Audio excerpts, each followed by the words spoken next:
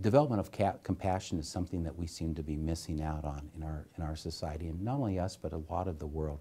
You know, and every day we read about news stories where people have turned a blind eye to some tragedy or something going on.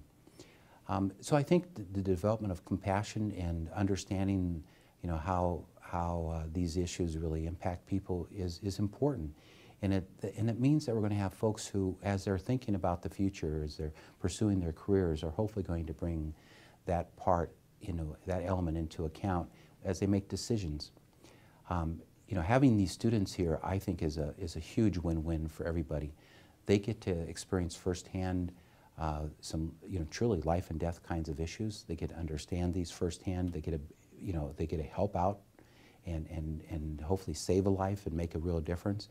And that's going, and at the same time, they're contributing to the work that we do. You know, over the course of the last 3 years, government support for the 211 line has declined by over 40%, and yet the demand has skyrocketed. It has more than doubled.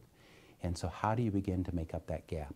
You know, I sometimes call it the jaws of death because, you know, while needs are skyrocketing, resources are declining, the people who need the service are caught right in the middle. And if it weren't for volunteers and folks like USF getting involved here, we simply couldn't offer the programs that we do. Well, one of the things that many people believe is that during the holidays, suicides tend to peak. All the research shows that that's not the case.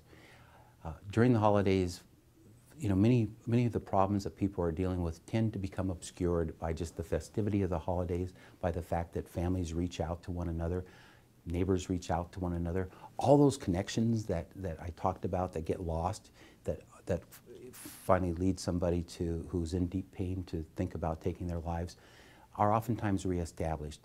Or people who are suffering just kind of, you know, suck it up and put their issues aside for a time being because they don't want to be a damper on other people's enjoyment. But come the end of the holidays, come January 2nd or 3rd, sometimes the floodgates can burst open. And so then we'll begin to see a peaking of suicides and suicide threats and suicide calls. Folks have simply postponed the problems. They haven't dealt with them. They haven't solved them. They've just put them off.